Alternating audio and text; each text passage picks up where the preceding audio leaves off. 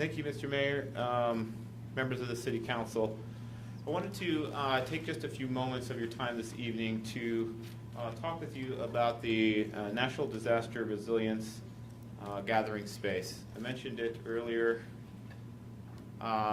in my presentation, but held off on the details until I could give you this particular short presentation.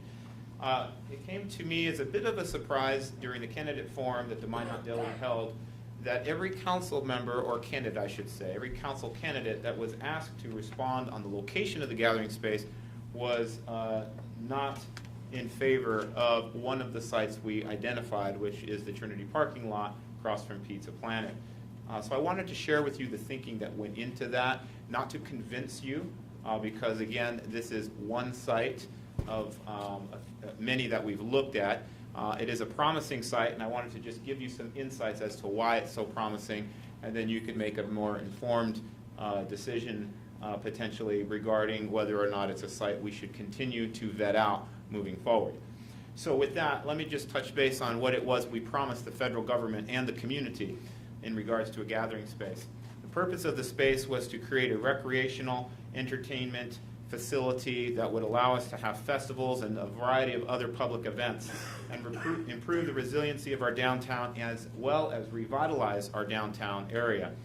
The funding that was set aside for this particular project in the NDR program was $6 million, and that funding expires on September 30th, 2022. So we're dealing with a limited budget and a limited time frame. The vision that we had, that we supplied or we applied to for the funding, was that we would have this gateway park. It was a destination park that would be downtown. It was going to be used year-round, so it would have to include year-round facilities, and it would have to be 2 acres in size. And we guaranteed that to HUD, that we would build a 2-acre park, and so that is another stipulation that we must follow through on. The amenities included a number of different things, and this amenity list was developed by a number of community engagement opportunities. Things like walking paths, band shell, a playground, opportunities for farmers market, green space, fountain, heritage and cultural attributes that would be spread throughout the facility. Some of the important considerations that we need to keep in mind is, again, as I mentioned, it has to be a 2-acre site, has to be within the city limits. The site needs to be centrally located, accessible, and highly visible. These are all things that we said we would do in the HUD application. The cost to acquire the property, any cost to relocate any businesses that we might acquire, any cost to demolish or clear the land, construct the facility, all needs to be reasonable and practical, and it needs to be within the $6 million limit. So, as you might imagine, the more we spend on encumbered sites, that means sites that have buildings on it, the less we have available to spend on developing the actual improvements. So we're looking for spaces that meet this criteria. Otherwise, that $6 million budget that we have quickly gets consumed by buying buildings or buying developed lots, doing the assessments on those, relocating businesses, reestablishing businesses, demolishing those buildings if they can't be used or if we need to demolish them otherwise, and then scraping the property and then finally being able to build what it is we'd like to build. So of course a parking lot comes with very minimal costs as it relates to all of those activities that I just mentioned. So I wanted to share with you, and once again we have some problems with the display.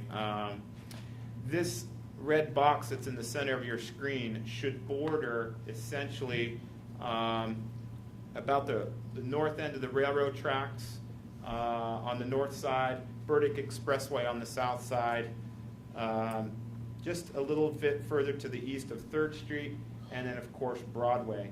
And it is to denote the area essentially that we looked at on a parcel by parcel and block by block basis. The criteria, as I mentioned, are sitting here on the lower left of your screen that we used to go through and identify each of these blocks. When we do that, what we essentially see is that the blocks that don't work are X'd out because of the encumbrances, because of all of the other criteria that were identified. We have two lots essentially that do work for us as a first pass, if you will. The Trinity Parking Lot is the one on the green lot on the left side of the aerial photograph. And then there's a lot that looks smaller, unfortunately, because we're having graphical display problems here with the podium. But it says number 13, and it's kind of into the north and to the right side of the screen.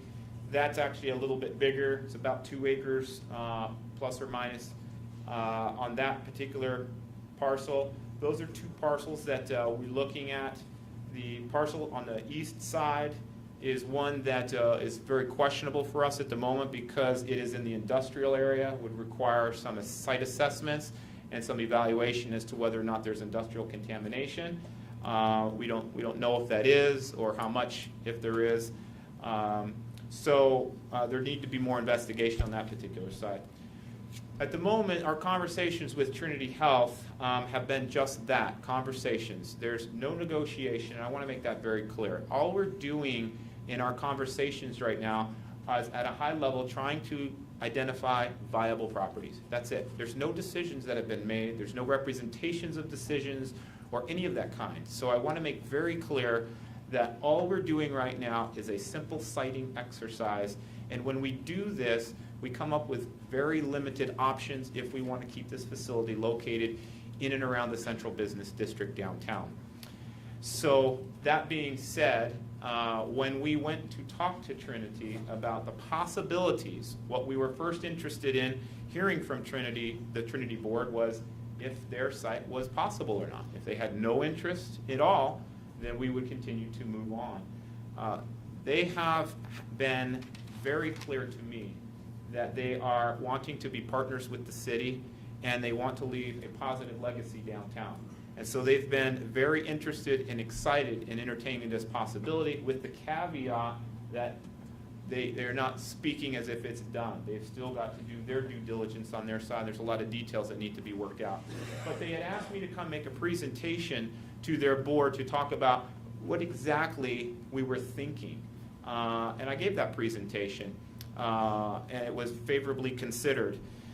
I wanted to give you essentially the same presentation with some revised drawings because the interest has grown at that level, and we thought we would provide maybe a little bit more detail as to what the possibilities are of the site, keeping in mind that what you're about to see are simply sketches of concept. They are not plans or whatnot. This is what the Trinity parking lot looks like. Ironically enough, it's 1.9 acres in size. We need 2 acres. We think we can get to the 2, and we think that's probably within the fledge factor, if you will, but we do believe that we can get to 2 acres, and I'll show you how in just a moment. The parking lot essentially has 206 spaces on it. It has prime frontage on Broadway, and of course we believe that its highest and best use is not a parking lot, it's something else. Potentially a park, potentially a building, whatever. But let's just look at the possibilities of the site. This is a concept drawing that's been revised to reflect all of the components that we told HUD and this community we would incorporate into a gathering space located somewhere in the downtown area. It is a drawing that's been developed internally. This is by our planning department staff, and I want to thank them for taking the time to draw this up. We didn't send it out to an architect, and it is considered just a concept. When we add all the various components that this particular park includes, you can see it's a pretty exciting opportunity. And it's likely not going to look like this. It may not even be on this location, but these are the types of amenities that this particular facility has to include. Just to point out a couple concepts, there's an amphitheater separately located in the lower right. There's a gazebo in the center, a heritage fountain. There's walking paths all throughout, a grassy knoll that has flagpoles and other sorts of historic characteristics on it. It's got a number of different walking paths and passive use facilities. It's been identified in this location, if it were to be sited in this location, to have grand archways that bring people from Broadway onto 2nd Avenue Southwest and also onto 3rd Avenue Southwest. And I'll show you a rendering of that. That's what these archways at the top and the bottom of the screen look like, that invite people into our downtown to help create connections between the park and our center of commerce. On the very east side, where 1st Street Southwest is, what we would conceived is matching up this particular opportunity with one of our master plan ideas, and that is a bus terminal. Right now our bus terminal, where we onload and offload folks to exchange bus routes, is up here at the auditorium. It could be located in a downtown facility. If we were to close down 1st Street Southwest and bump the park parcel out about 20 to 30 feet, we can pick up enough real estate to get our 2 acres and also put in a transit facility there where people could come to downtown, get off the bus, visit a while, get on the bus and go back or take a transfer or whatnot. There are lots of possibilities with this particular site, which is why the staff and I are pretty excited about, again, keeping in mind it is just a concept. Everything here is conceptual. The parking garages located immediately across 1st Street Southwest afford 300 spaces that people could park at, and where we could have other facilities and have some connection there as well. So we feel like there's kind of an interesting opportunity here, particularly when you consider that most of the other sites in our central business district are highly limited. Now, this is a rendering looking at this archway. Again, this isn't how it would be designed, it's just a concept. At the intersection, the northwest corner of the site looking to the southeast, so at the corner of Broadway and 2nd. And you can see there's, in this drawing, a wall that's a modified height with some iron fencing, wrought iron that goes around the Broadway side. There's been some concerns about safety, right? There's a number of ways to address the safety issues. Keep in mind this is a passive use park, but to keep children and to keep balls and other sorts of things out of Broadway and other streets, there's a number of ways this thing could be designed to minimize and mitigate that. This wouldn't be the first park located in a downtown facility that wouldn't have to address those types of issues. Looking at another rendering here, this is looking at the opposite corner, looking northwest from the south east, and there's your bus terminal kind of on the right, and then the park as it's seen towards the northwest. The idea with this a park like this is to have large sidewalks that you could put a number of street vendors, or you could put a series of farmers market stands along the edges of this. So you have nice wide patio type sidewalks. You'd have screening, you'd have fencing, you'd have all sorts of things. And the idea is that those kinds of amenities cost a lot of money. And that's why we feel like if we can take the $6 million and maximize the majority of those funds to go into building improvements as opposed to demolishing buildings and clearing sites and relocating businesses and all of that stuff, there's an opportunity for us to maximize the amenities of the park. Again, it doesn't need to be in this location, but I wanted to give you the thinking behind why this rose to the top pretty quickly in its evaluation. Here's another concept of a fence, maybe a little more industrial than maybe we otherwise might want to see. But there are a number of options, just demonstrating the options for safety and other improvements.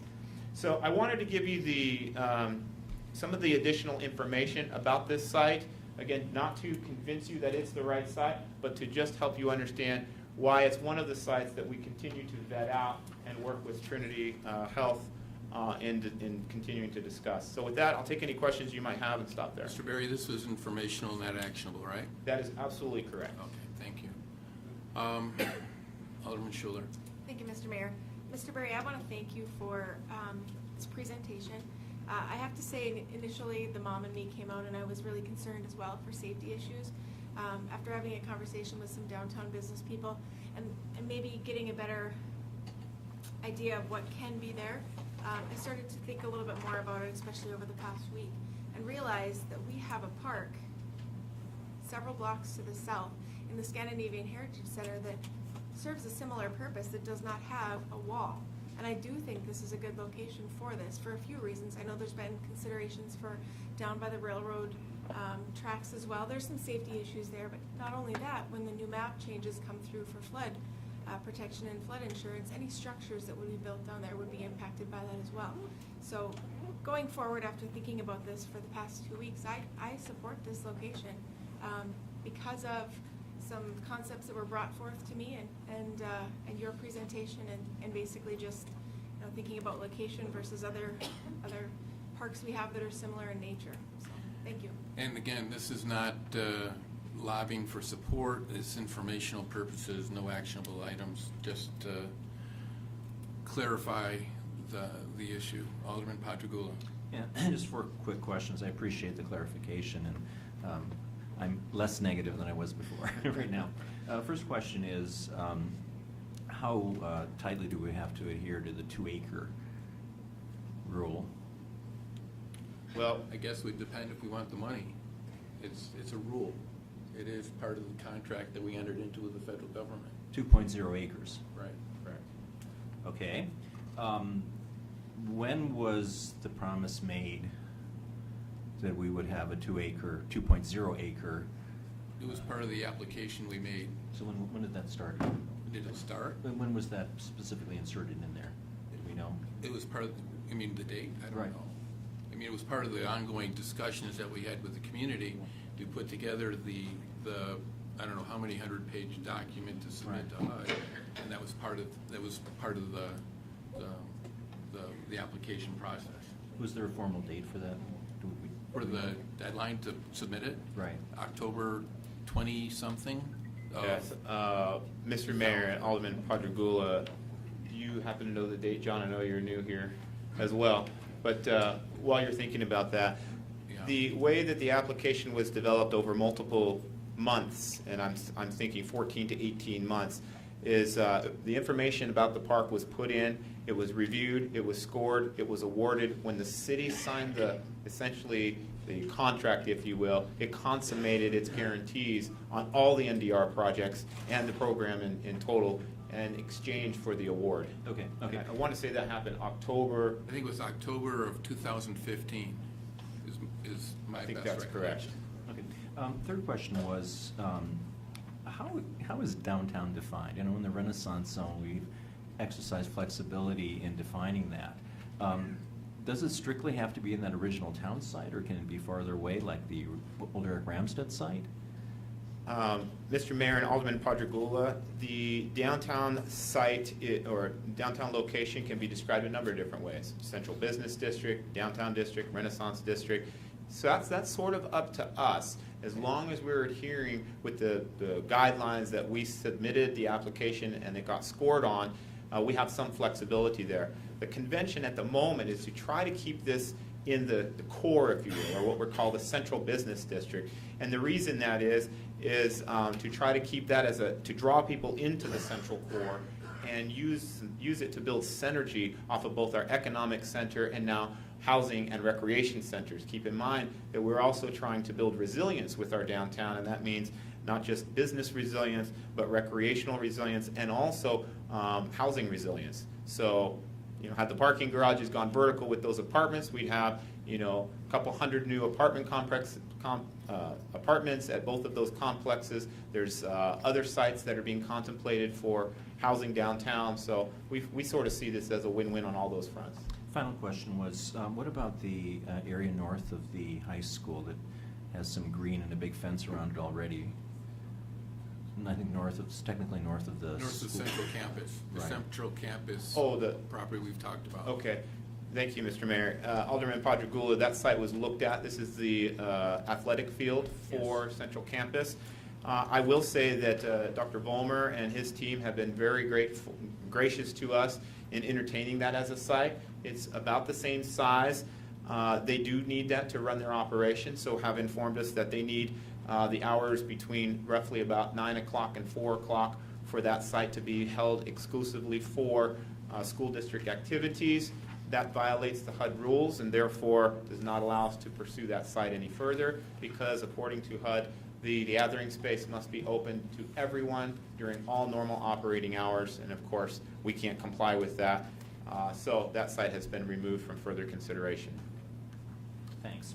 Any other questions? Alderman Berg? Just one quick comment. Every downtown business owner that I've talked to, several residents downtown, they're in favor of this park being kind of exclusively downtown in our area. And I think a lot of them have wanted it for a long time. And so it's exciting to see this, so thank you for putting this together.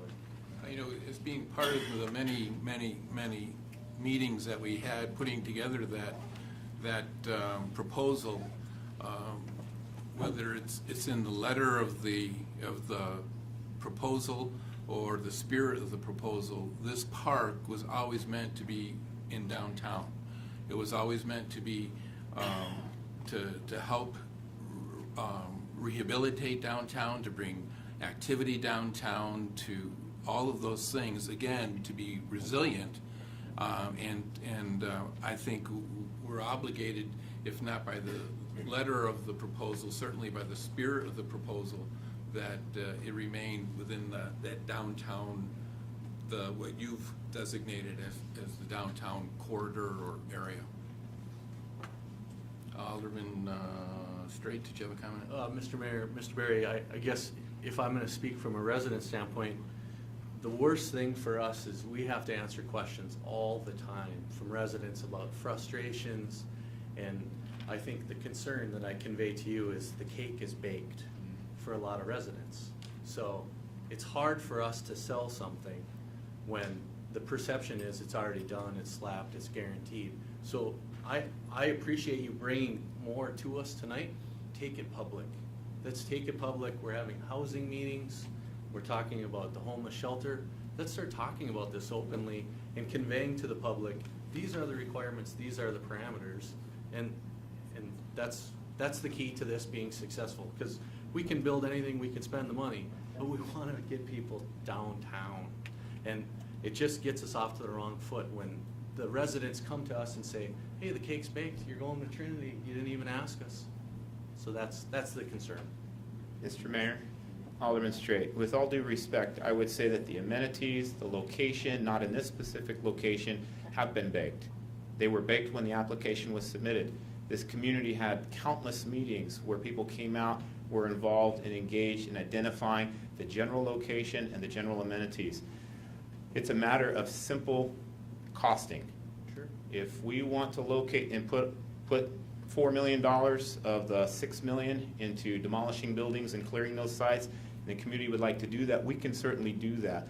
We are attempting as a staff in the first pass to identify viable sites and not waste the community or council's time in entertaining sites that just won't work. And as you can see from the maps that we've drawn up, the number of those viable sites are extremely limited when we put all the constraints that these guarantees that we made to HUD and the community in the siting criteria. So this isn't about trying to be clandestine. This isn't about trying to hide or work behind cloaks and daggers and that sort of thing. This is about openly discussing what the viable sites are. And I have had multiple conversations with this council to do just that. As we further refine these search criteria, we find more limitations that constrain the viable sites available to us. I don't want that to be confused with the cake is baked, because it's not. And if this council should direct, or the community for that matter, should convince this council to direct our efforts elsewhere, we can certainly do that. But we need to have that direction. I appreciate that. Any other questions for Mr. Berry?